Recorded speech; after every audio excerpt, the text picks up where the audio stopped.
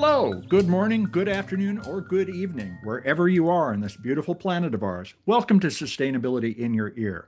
This is the podcast conversation about accelerating the transition to a sustainable carbon neutral society, and I'm your host, Mitch Ratcliffe.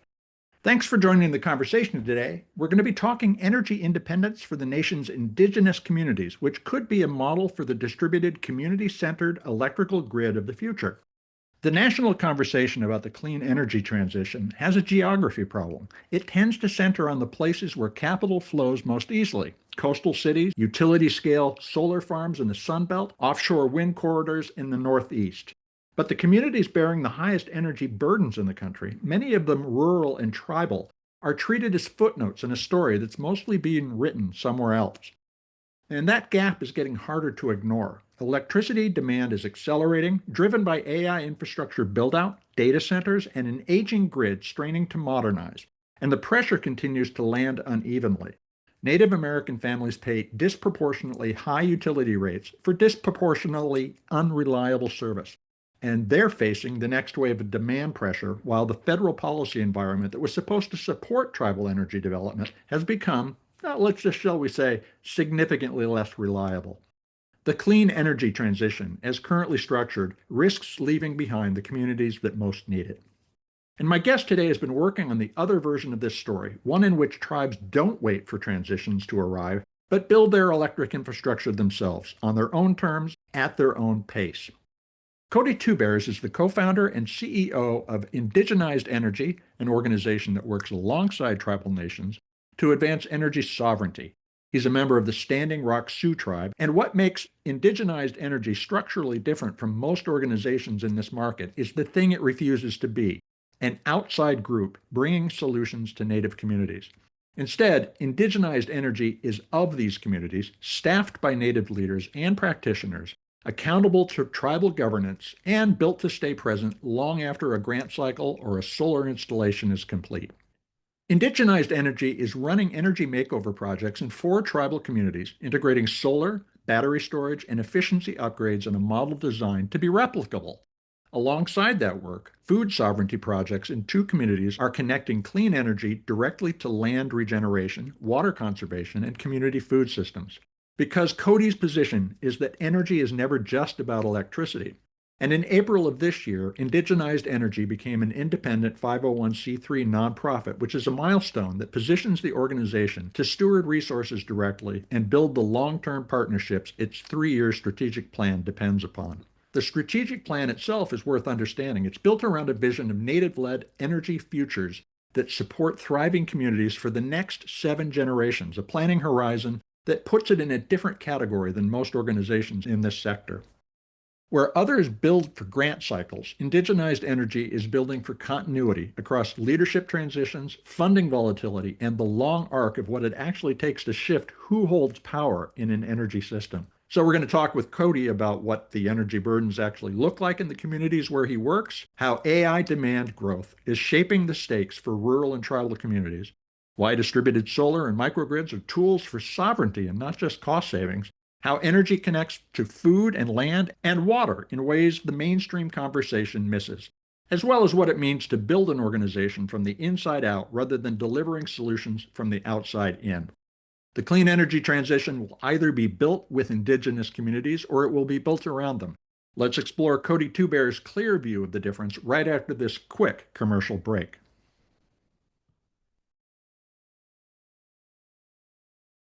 Welcome to Sustainability in Your Ear, Cody Tuber. How you doing today?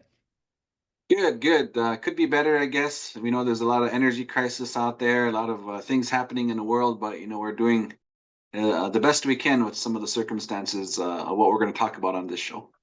The circumstances are truly unusual, but Indigenized Energy's vision is for a native-led energy future that supports generations of thriving communities for the next 7 generations. And that's a very different planning horizon than, say the typical 3 or 5-year corporate strategy or any federal funding cycle. How does that thinking in generations change the decisions you're making about energy today? I think the biggest thing, what it looks like for energy, is our people, Native American people, never really thought about the energy crisis like we do today. 150 years ago, 200 years ago, we were always just focused on, food sovereignty, our traditional medicines, our culture, our language, things that are really important to us.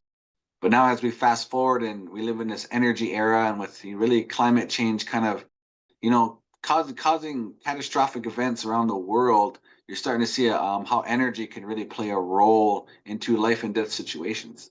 So, because of that, Native American people now has really looked towards energy sovereignty as another pillar, just like all those other things like food sovereignty and traditional medicines. Now, as we move forward, it's really important to really understand how energy can really heal the land, but also making sure that energy can also make us sovereign and less reliant on outside resources.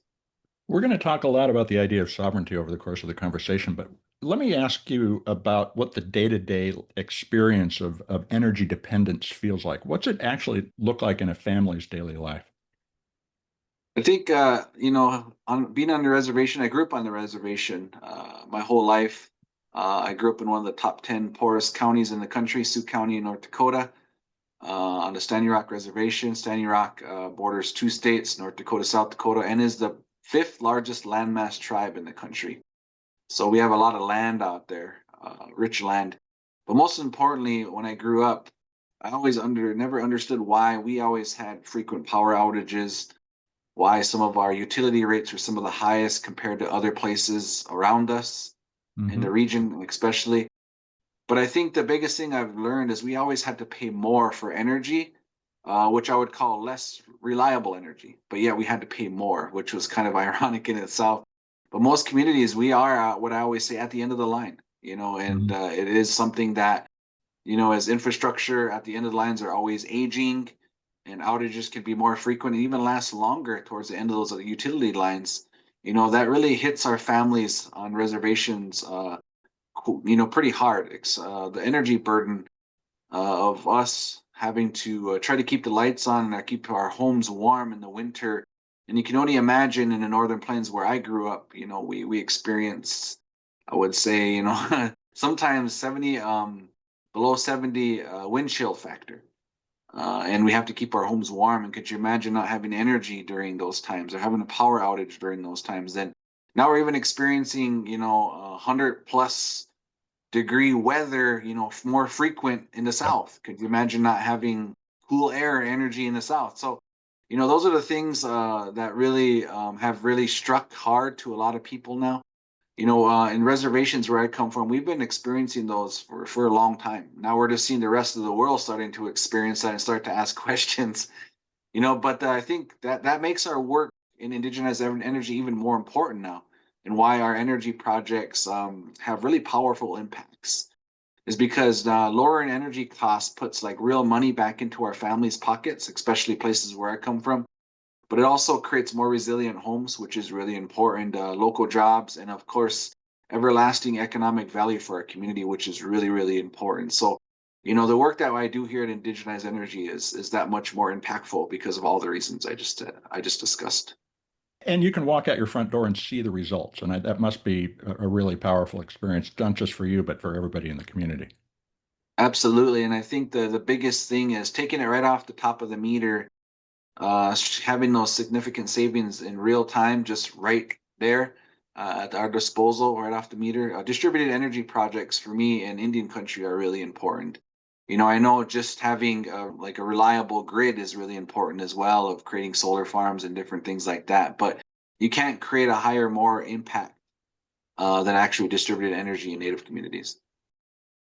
Let's talk a little about sovereignty. And this is a concept that's breaking out all over the place. On the net, for instance, it means raising walls around data and infrastructure that were previously open. It sounds like some previous historical eras, the enclosure movement in the UK, for instance, and of course the seizing of lands from native tribes in the United States. Can you unpack how tribal sovereignty supports your community's relationship with place and resources? What does that mean to your community? I think, just look at it in this aspect of it. For many generations, native tribes have contributed a lot to the greater good of the United States, this country that we live in today. We were the ones that had to give up a lot of our land, a lot of our resources to be able to allow this country to flourish. Well, now there's a lot of native lands are very, have shrunken now because of the taking of our lands and what has happened historically in the last couple hundred years. But I think the biggest thing that we're learning from that is whatever little lands we have left now, because before then they threw us on lands that were some of the most Yeah. ugliest, decent lands in the country. But now there's some of the most beautiful lands in the world, because we were able to preserve those lands that we're on. But because of that, there's not a lot of development happening on those lands. Mm-hmm. So what we look at that is, number one, our energy infrastructure is very outdated. Number two, energy, we're using more energy more and more every day. The Western world where we live in the United States, we use energy probably 10 times more than the other side of the world. And it's just continuously rapidly growing. Our energy needs are always growing. So we as native tribes, because we have a lot of land, we have a lot of resources, we want to be able to contribute to the energy grid in a way that we see fit, in a way of what energy sovereignty means to us. So not only do we want to take care of our own people and our own needs, so we don't have to always outsource our needs anymore, we want to always insource our needs. I think the creative thing that we're doing here can teach a lot of municipalities, can teach a lot of communities out there, states, on actually how to be sovereign themselves and not have to rely on the greater good. Because one example, when we all know the catastrophic events that happened in Texas a few years ago, where they got cold down there and their grid shut down, Yeah. and they had no power for like a week or a week and a half or something, and then we had to shut down up in the north for like 4 hours out of the day to send power down their way. So those are just some of those examples why I say is, energy resiliency is really important, because we have to start to protect our communities and where we live in our states and where we come from even more so. And that's what energy sovereignty and what indigenized energy is doing for tribes. Is we're starting to work with tribes to help them become their own tribal utility, help them generate their own energy in their own communities, and help dictate those rates. Because we know that with all the things that are going on in the world right now, and we'll get into a lot of the AI data center stuff here in a minute, but because of all the energy needs and what's happening in the world right now, those energy costs are continuously rising. Yeah. So it's really important to be able to generate our own energy moving forward. And that's what energy sovereignty means to Native Americans. But what I will say is energy is different for every tribe. There's Mm-hmm. 575 federally recognized tribes, and they might do it a little bit different compared to the next tribe, and that's okay. But the most important part is looking out for their future generations to come, and making sure that those energy costs stay within those communities. But most importantly, they're more resilient more than ever, as solar is becoming more cheaper every single year. It's becoming cheaper, it's more efficient. So tribes are really looking in a way in to figure out how can we become more energy sovereign as we move forward. As you say, distributed energy and microgrids can offer real energy independence, but there's a lot of upfront costs and technical complexity. What's the model for making these projects work financially for communities that have been systematically under-resourced? And that's a great question there, Mitch, because indigenized energy. I really thought hard about this. Mm-hmm. We all know that in the world today, we can put up an energy project in a community like mine and turn around and leave. But if you don't build the skill sets or capacity internally to make them understand what you're putting there, it's probably going to fail. It's probably going to crumble in the next 2 or 3 years, right? So what I do is we create projects at Indigenized Energy, but we also are really focused on creating programs. Mm-hmm. And within those programs, I'm gonna what I've learned, and Indigenized Energy has been doing this first for the last 7 years now, Mitch, which is pretty exciting. But so what we do is when we create a program, a distributed residential solar program for a tribe, usually we need some upfront capital upfront or philanthropic dollars to help kickstart a program.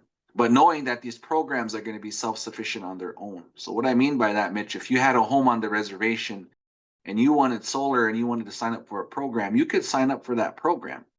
Every program that we create is different from each reservation that we worked with. One reservation would have a flat rate fee that you would pay to be a part of the program. One other one saves 50% across the board on what you generate in your home and what you save in your home in that month. 50% of that goes back into the program. The other 50 you get to save within your own pocket. Or another one is like a sliding scale, right? Where if you work, which is, very rare on reservations, not a whole lot of jobs, but if you do work, you might be able to pay up to 70% back into the program. You keep 30% because you have a job, while there's other elders that are on fixed incomes that may only pay 10 or 20% back. So it's like a sliding scale program. And what we're seeing with these programs and that's what we got awarded Solar for All, Solar for All, the $7 billion through the EPA, Mitch. When we did our proposal for that, we created that model, and we were held in high regard, Indigenized Energy, through our coalition of tribes in the Northern Plains. We were held in high regard on this is exactly the model we need to make solar flourish in the world. So what that means is, as we create these programs, we're actually kickstarting that. We was going to kickstart that with that $136 million we got, and that was going to put like 400 of these things on every reservation. And could you imagine the income it would generate being a part of a program for every tribe and where I come from?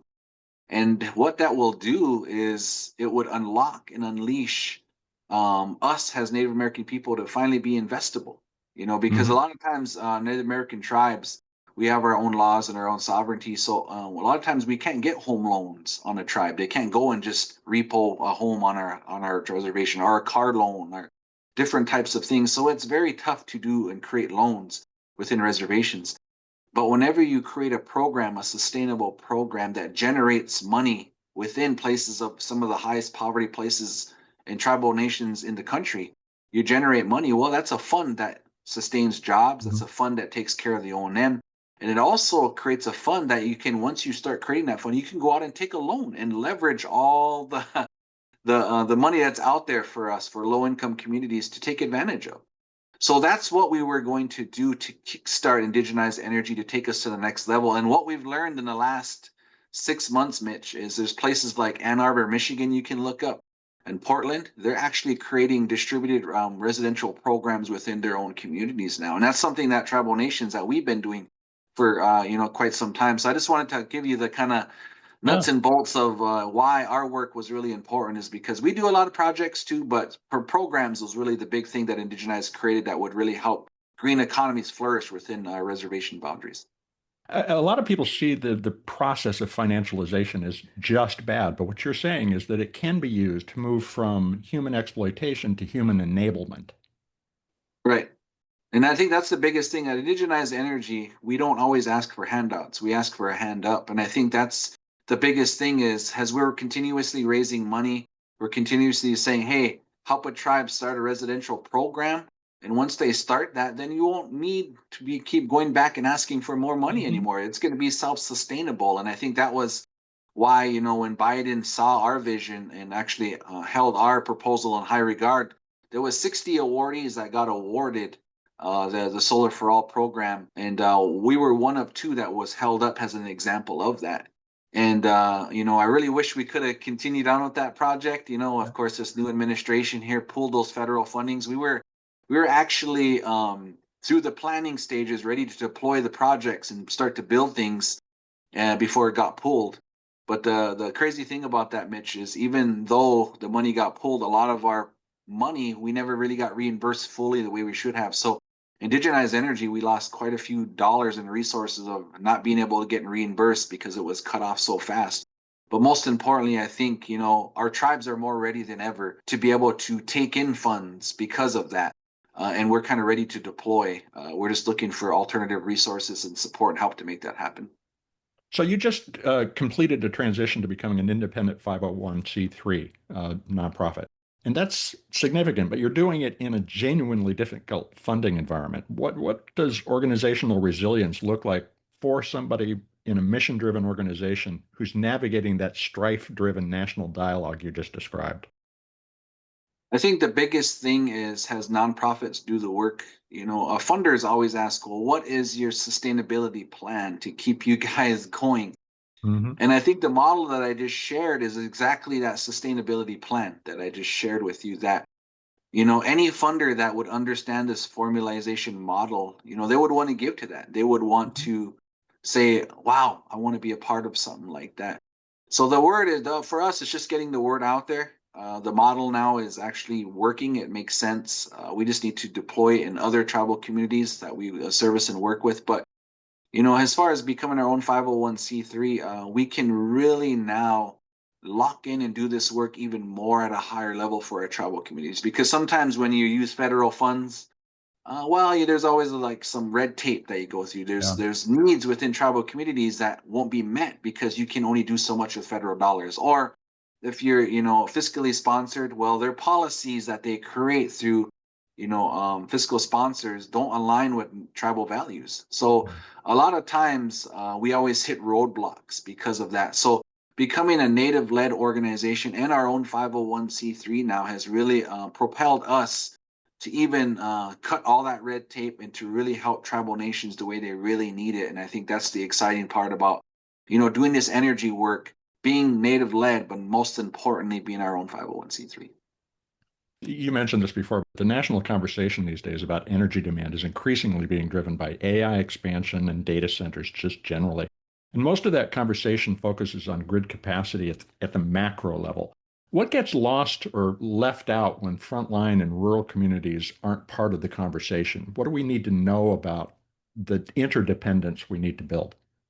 Yeah, look, there's no avoiding it. These AI data centers are going to be coming, they're going to be built. A lot of times it's going to affect communities around them. A lot of times it's going to drive up the energy costs, a lot more. And it's going to utilize a lot of their natural resources around them, right? So, there's no way of avoiding it. But I think the concern is what that means for families that are already struggling with high energy costs is that it's going to be so difficult. Like just on a reservation, there's AI data centers going up around reservations, and we already pay high energy costs. We already have to take the burden of looking at what that would look like when power goes low. It's going to go to these data centers, and then I just told you we're always at the end of the line. Yeah. So we're going to get that less energy. It's going to go somewhere else because we're at the end of the line, which is going to cause more frequent power outages and those energy costs to rise. So that's why our work now even makes more sense. The work that we're doing now is needed much more than ever because of that fact. And we know that as tribal communities of the demands out there. And we also know that we have to do something within our tribal reservations to utilize our sovereignty around energy as we move forward. So I think that's the biggest thing right now is we're kind of seeing these AI data centers starting to play out, the types of resources it's creating, the type of energy costs rising around us, I think is really, really disturbing in my mind. So I just want to make sure that we continue to move the needle within our tribal communities to make sure we are continuing our work to making sure we are providing our own energy resources within our tribal nations, because, those are just more examples for us to keep pressing forward and moving the needle to making sure we're taking care of our own needs. As we think about a new technology like artificial intelligence, we have to drive it to do the right things for the planet and the people who live on it. But the infrastructure build out is accelerating demand for natural resources, critical minerals, and so forth, as well as water, in addition to electricity. How do you address the contradiction between those things when you think about whether AI data centers or data centers generally might even be part of tribal economic development strategies in the future? So I think, as every tribe, and I just said that earlier on this podcast, every tribe has different agendas. Every Hmm. tribe utilizes things in an economic way. Some tribes don't. Some tribes want to keep their internal natural resources and not allow things like that to happen within their tribal boundaries. So every tribe has different priorities, different needs. But what I will say though is, as we do this just transition away from fossil fuels. Like, I think fossil fuels are the determining factor of why we are the way we are today, right? But there isn't going to be a perfect technology today. We're just slowly Yeah. making that transition. And I think that's one thing that has a lot of my tribal elders or people in my community always ask me, where there's always some type of form of extraction, right? You're never going to get away from that. But what is less impactful? Hmm. What can we do to minimize our footprint within the earth and the land and the waters and the environment around us. And I think that that just transition that we talked about is really important to me, because if I can lessen my footprint just that much more, we're Yeah. going to do that. And when the technology gets better, where we don't need to do extraction as much anymore in the future, we'll slowly adjust to those. But right now, I think it's just that transition that we're making away from not having to rely on one source of energy that really is destructing the lands, and understanding and knowing that, yes, there's other forms of things that are happening out there that are being extracted, but nothing at a major level compared to what we've been doing in the past. So there is some movement there. And I know technology will get better. And us as Native Americans, we're always paying attention to what is the next best thing we should be focused on to continuing protecting the environment. I think we've got a good lay of the land, but there's a lot more to talk about here. Folks, we're going to take a quick commercial break and be right back to continue talking with Cody Two Bears.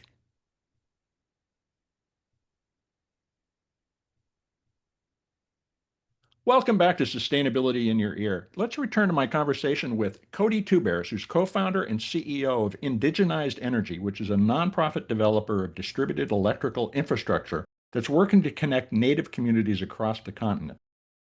Cody, Indigenized Energy is advancing energy makeover projects in 4 tribal communities right now. You're integrating solar, battery storage, and various forms of efficiency. How do you think about designing resilience at the community scale? What do you describe to people when you work with them to develop an infrastructure that supports their way of life? Well, that's kind of why I created Indigenized Energy, Mitch. I always thought, well, what type of good technologies are out there in the world? There's all good technologies, there's bad technologies, but there's also technologies you have to use them in the right way. If you don't use them in the right way, then we're no better than, the oil companies or people that are, extracting the lands in a negative Yeah. way. So mine was always collaborating Western science and technology with indigenous ways of life and traditional customs as Native people. And how do you collaborate that to allow Native American communities to make it make sense? And I knew that was going to be the biggest challenge as I created Indigenized Energy, bringing a certain type of technology in to create energy sovereignty within our tribal communities, which is really important.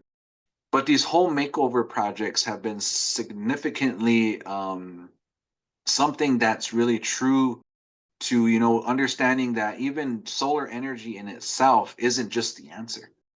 I'll give you an example. A lot of tribal nations live in federal HUD homes, like cookie Mhm. cutter type homes that are issued by the federal government through treaties.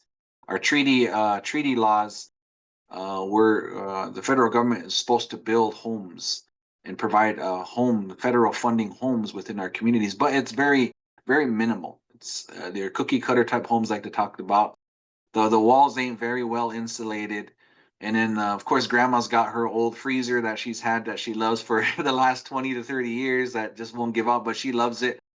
All these factors play into creating, what an energy bill looks like in your home.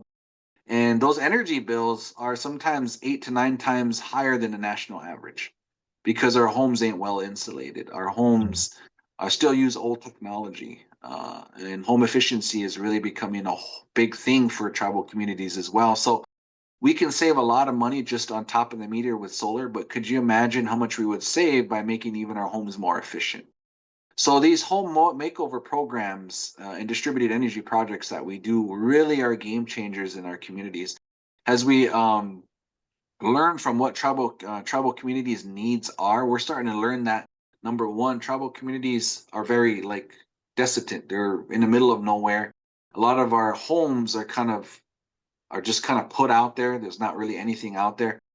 And what that means is whenever we get disconnected from energy, especially our elders, especially our medical needs people, they Mhm. could be out without energy for a few days, which could be catastrophic. So, what we're learning from our tribal communities and why these home makeover projects are really important is the tribal communities really want to focus on their elderly. They want to focus on the people in these remote areas. So then when the power does go out, there's battery backup there. There's huge Mhm. savings. And because we're always at the end of the line, like I talked about, that they can't get more resilient than that. And one thing that I've learned from the few projects that we've done is there was one home what we did in the Ogallala Sioux tribe there in by Pine Ridge. when the power went out on their reservation, the home that we did there a few years ago, they were the only ones with power. This elderly group was the only ones with power and didn't even know that the rest of everybody was out for a whole day. They still had that resilience of having power in their home. So those are the types of things that we see that are really impactful. That we know that the work that we do is impactful from day one, from the Yeah. time we turn that system on, the energy system on, and provide the energy resiliency. Another one that's really impactful there, Mitch, is we won Project of the Year through Solar Builders Magazine last year in 2025.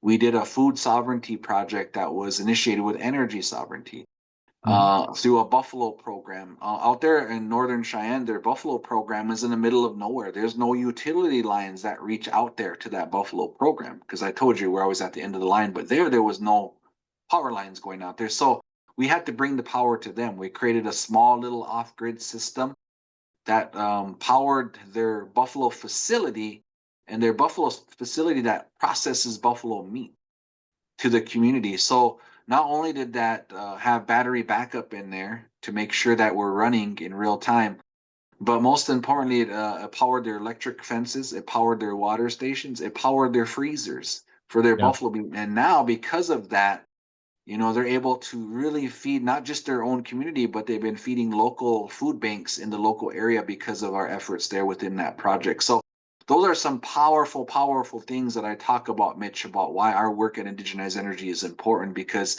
we just don't create something to save money. We actually create something that creates a way of life for our people. And I think that's really the biggest thing that we see and why our work is so impactful. But those are just a couple examples of these home makeover projects and resiliency within communities that are really important and powerful that we really want people to understand and know because there's a lot of great work that is happening out there.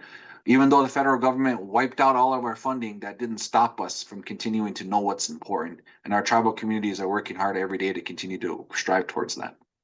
I can, to whatever degree it's possible, really relate to being at the end of the road. I live in a very remote rural community. The federal broadband subsidy program installation stopped a half mile down the road.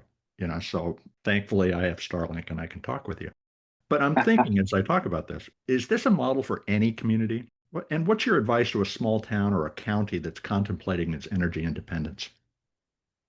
Well, I think there already is Texas is a red state, but we see a couple communities in Texas that are 100% renewable, and it's a red state. I don't know why renewable energy has to be on the political agenda. I don't understand why that solar has to be a political agenda. Because if you really look at it, even in where I come from in North Dakota, we're a very firm red state as well. Hmm. But the farmers and ranchers are looking at solar as an economic thing. Like it pencils out. It makes sense. Like you're going to save money. It's like a car loan, right? Like I make a loan on a solar system and I pay that off within 6, 7 years, whatever it's going to be, and then you have this power for the next 20 years free. Yeah. So I mean, it's just economics. It makes sense. And so, like I said, solar energy is becoming more cheaper, more and more every day. So those are the types of things that I look at. I don't like to go on the political landscape. I show real examples of impacts of what this really does in places of where we worked. And I think that's what the stories people need to hear. They don't need to hear the propaganda of what this does, what that does, how it affects this, how it affects that. I just look at real world impacts that we've created. But I think for communities outside the reservation, I would really encourage them to even look at like what Ann Arbor is doing, what Portland is doing, what tribal nations are doing because we're our own sovereign nation. Let's learn together to figure out what an actual microgrid would look like for a community, what a tribal utility or what a utility would look like in your community, and how can you start programs that make sense where you come from, because these energy costs ain't going away. They're always going to continuously rise, and we're going to use more energy more and more every day. So I really encourage, states, like I said, municipalities and cities to really take a look at the energy crisis because whether they know it or not, they're going to be affected with outdated systems, and we need to figure out creative ways on how to create that within. And I think that's the most important part of what we're teaching here at Indigenized Energy around what energy sovereignty looks like on native reservations, but how could that be expanded in other parts off the reservation? This comes back to sovereignty and the idea that we will negotiate as equals. And one of your core principles is tribal direction comes first. And as you pointed out, there's a diverse approach to tribal direction, a lot of different flavors. Many of the philanthropic and policy-driven funding opportunities that are available come with a lot of agenda.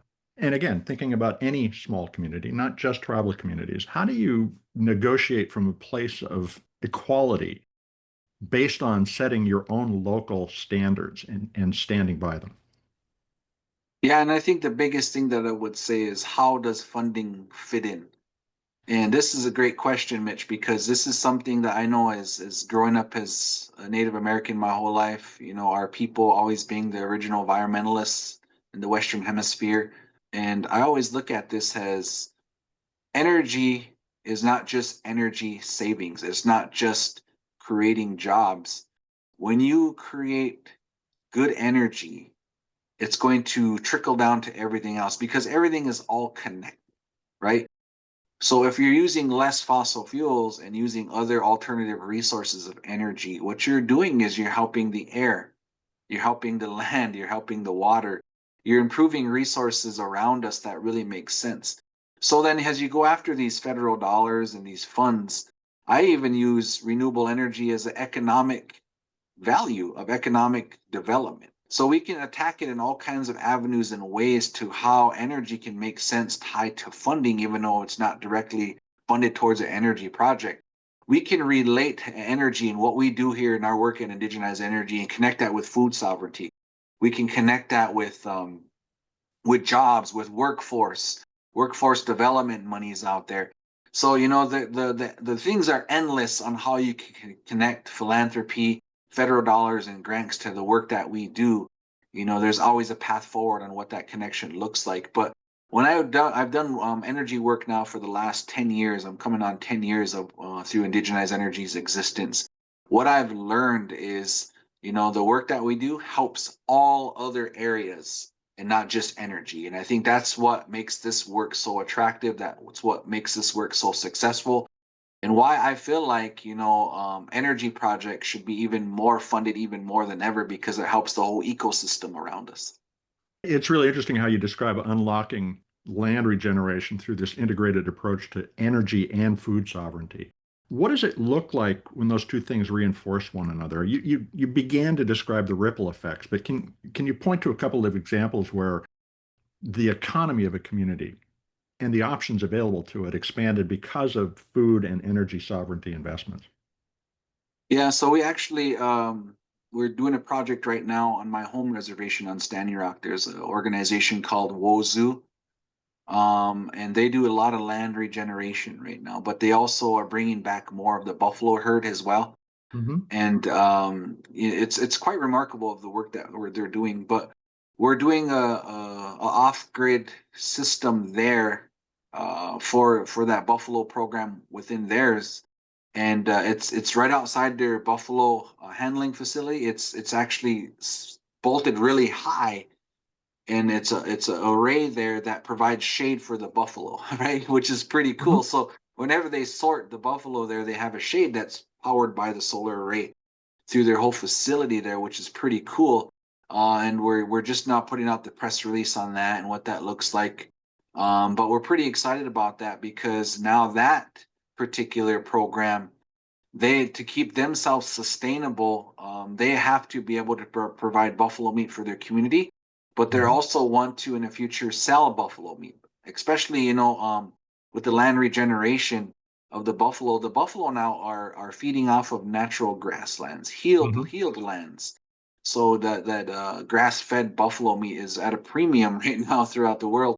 So the biggest thing is that's what's going to keep our tribe economically stable, this program and this community, because not only are they able to help feed our own people and use it while using energy sovereignty and power to be able to do that, that's going to create a ripple effect for economy-based programs that helps them not only save money, not only preserves their buffalo meat, not only takes the health and well-being of their buffalo as a whole as they use that for their facility, But what that does is it creates economic impacts in our communities. It also helps us be self-sustaining and self-generating.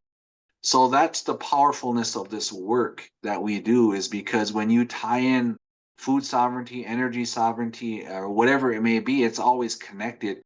You could never go wrong, because those are the types of things that are really going to help flourish and take communities like ours to the next level. And we've have several examples of that now. So that's why it's always good to not just say, let's just throw up an energy project. And it's good to do that and save money, but when you can tie it into other things of your ways of life, not just on reservations, but anywhere in the world, that really makes sense, because now that economy that you're trying to build is speeding up a little bit more faster, because you're collaborating the both into something great.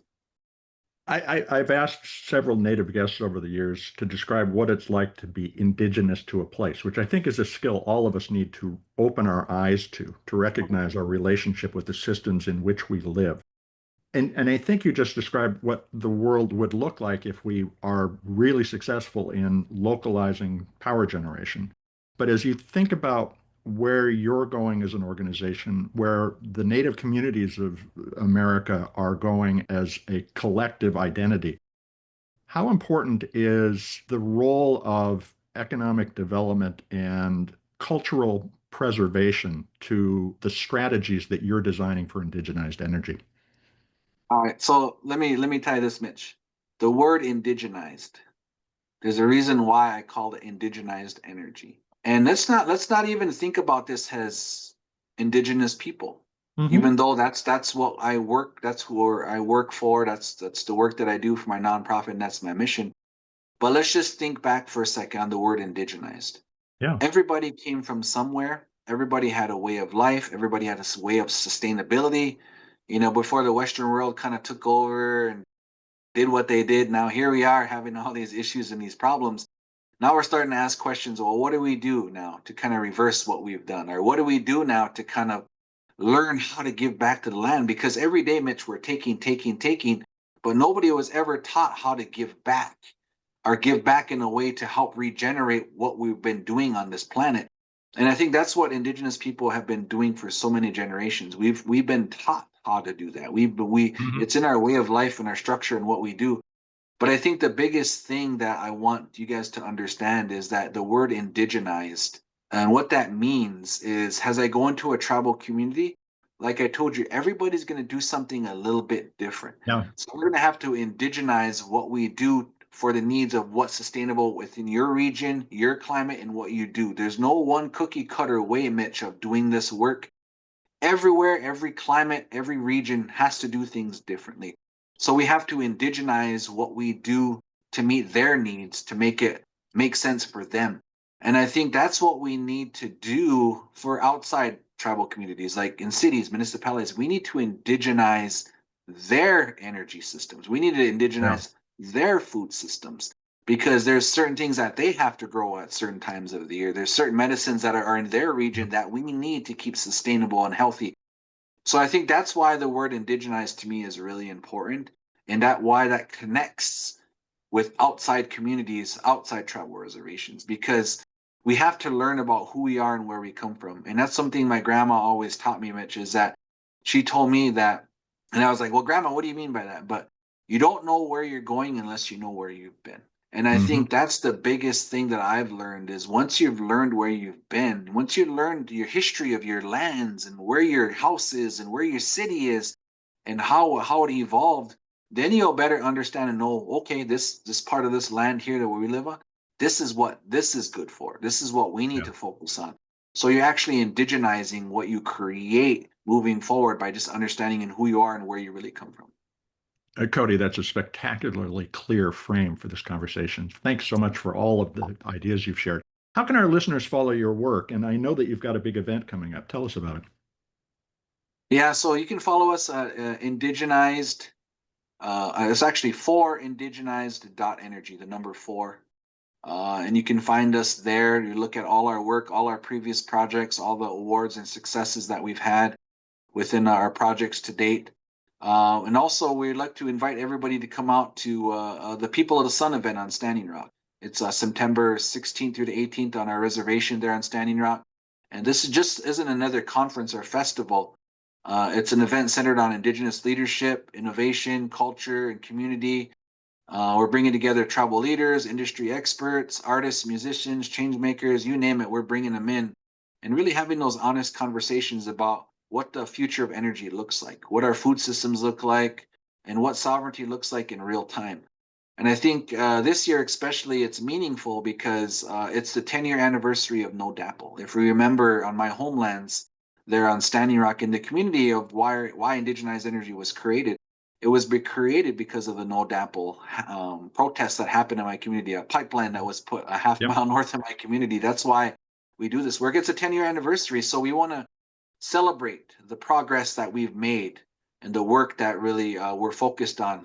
So I think the biggest thing is that we're going to give out a lot of awards to a lot of champions out there in the energy sector. We're also going to make sure that we're entertaining people culturally, bringing a lot of great high-end musicians. So I encourage you guys to really look at peopleofthesun.live. Tickets now actually have become available on that website now, so go out there and get a ticket. But this is an event you're not going to want to miss. And because of what's happening in this country and the direction we're going, we want to be able to allow people to be excited about this work. And just because there's a lot of federal cuts and they moved all the tax incentives and the IRAs and all of that away from this work, that doesn't necessarily mean we're going to stop. We should be continuing to celebrate what is working out there. And by bringing people together, we can really accomplish that all together as tribal people and non-tribal people. So I encourage you guys to look into peopleofthesun.live and see what we're going on in September and invite you all out to Standing Rock. Well, Cody, the celebration of solutions is absolutely what we need to be focused on. Thanks so much for a really fascinating conversation. Thank you for your time, Mitch, and super excited about the work that you're doing and putting out the word on why this work is important. So thank you so much. Hey, welcome back to Sustainability in Your Ear. You've been listening to my conversation with Cody Two Bears, co-founder and CEO of Indigenized Energy, a native-led nonprofit that helps tribal nations build their own distributed solar, storage, and efficiency technology designed around what each community actually needs. You can learn more about Cody and his team's work at 4, that's the number 4, indigenized.energy. And there's no space or no dash between 4 and indigenized. That's 4indigenized.energy. And you can also find tickets for the People of the Sun gathering at Standing Rock on September 16th through 18th at the site as well. Let's start with the word indigenize. That's the concept Cody built his organization around. And when I asked him about being indigenous to a place, he shared a view that's much wider than tribal energy policy. What does this mean? Everybody comes from somewhere, and everybody once had a way of living that worked where they lived. We've been moving an awful lot compared to previous generations the last few centuries. Every region has its own climate, its own growing season, its own medicines, its own history of how the land came to be what it is, and every place contains a community, human, animal, insect, fungal, and many more. Nature is a set of systems, and we are inside them. We're not standing over them, as Western thinking has insisted for centuries. Even as the systems that we depend upon collapse, Native and indigenous peoples have carried and transmitted the practical knowledge that we need about how to live as part of those systems rather than at their expense. And that is the inheritance available to all of us, but we have to learn to be of and for our place, not just prepared to take from it, whether we're talking about mining the land, cultures, or personal data for profit. And there's no cookie cutter approach to designing a sustainable future that can succeed, which means the transferable asset in this case isn't a solar project design, but the practice of knowing where you are well enough to know what to build. Cody's grandmother's line lands harder than any policy paper that you're ever going to read. You don't know where you're going unless you know where you've been. And you can see that principle at work in the Northern Cheyenne Buffalo facility, an off-grid array that drew national attention to indigenized energy's work in the tribal energy sector. The installation runs the electric fences, the water stations, the freezers, and it helps feed the community and local food banks. Energy sovereignty and food sovereignty aren't parallel programs, they're the same program, and a larger system than either one alone. Grass-fed buffalo raised on regenerated grassland commands a premium price, which adds the benefit of healing the land to the buffalo meat operations bottom line. And that's what balance looks like when it's working. The energy decision, the food decision, the land decision, along with the economic decisions, are one decision because the systems were never separate to begin with. But we've consistently oversimplified the economic thinking that we do. However, systems thinking is starting to unpack that misunderstanding. Now, compare all of that to the other thread in this conversation, the one I can't shake. It's stuck in my head. Cody did not romanticize the AI data center build out. He said it's coming and there's no avoiding it. He explained the mechanism driving higher energy prices plainly: rising regional demand, rising rates, and when load has to be curtailed so that you can feed those data centers, the end of the line is where the curtailment lands. Standing Rock is the fifth largest tribal landmass in the country and also one of the poorest counties in America. And residents already pay premium prices for less reliable service. A 2023 Department of Energy report documented this pattern. Where the wire ends tells you who mattered when it was built.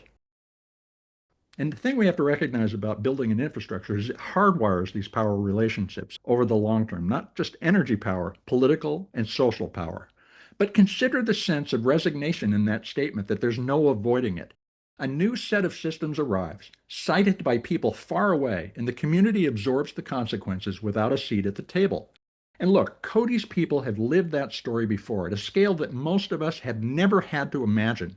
And here we are, laying another vast layer of infrastructure on top of an industrial system that is already tearing nature apart. And we're calling its arrival inevitable. It's not just Native communities on the receiving end of these diktats that will shape their future. It's all of us. And that's the part we need to refuse.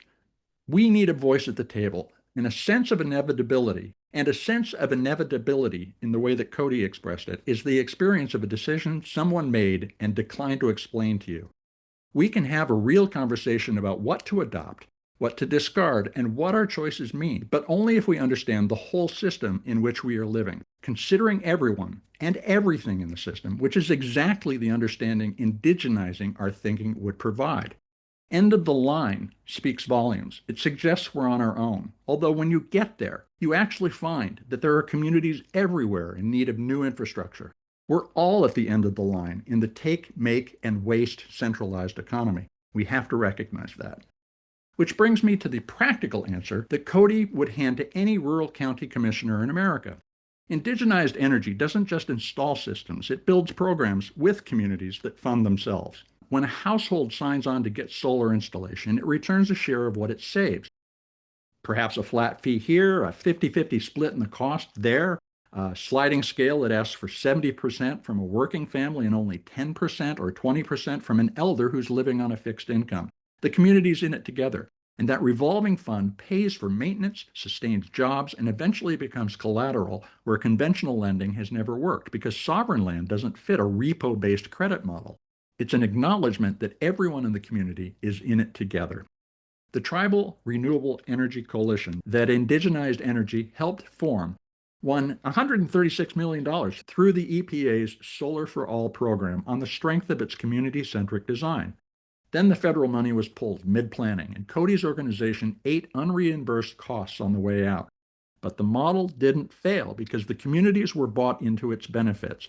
It was the funding cycle that failed. It was the political system that failed. Meanwhile, cities like Ann Arbor and Portland are building residential distributed programs that look a lot like what tribes have been running for years, and that's your leading indicator. Indian country is the R&D lab for community-scale energy, and it still needs philanthropic or public capital to kickstart, capital that's scarcer than it was 18 months ago. We can learn a lot from indigenized energy. The communities that were never at the center of the grid may be the ones who figure out how to live well without depending on it because they never lost the habit of asking what a place can actually support. Think local, act local, and understand our roles, and there are many roles in the larger world that we owe our children and grandchildren down to the seventh generation. September at Standing Rock marks 10 years since the No DAPL protests. A decade has turned that protest into a renewable energy infrastructure. Indigenize what you build where you are. That's the plan. We'll be tracking what gets built next and the growing awareness that becoming small I indigenous is the challenge of our times. So get to know nature and the human systems that shape your reality. Hey, look, if this conversation gave you something worth passing along, please send it to one person who needs to hear it, or leave a review where you listen.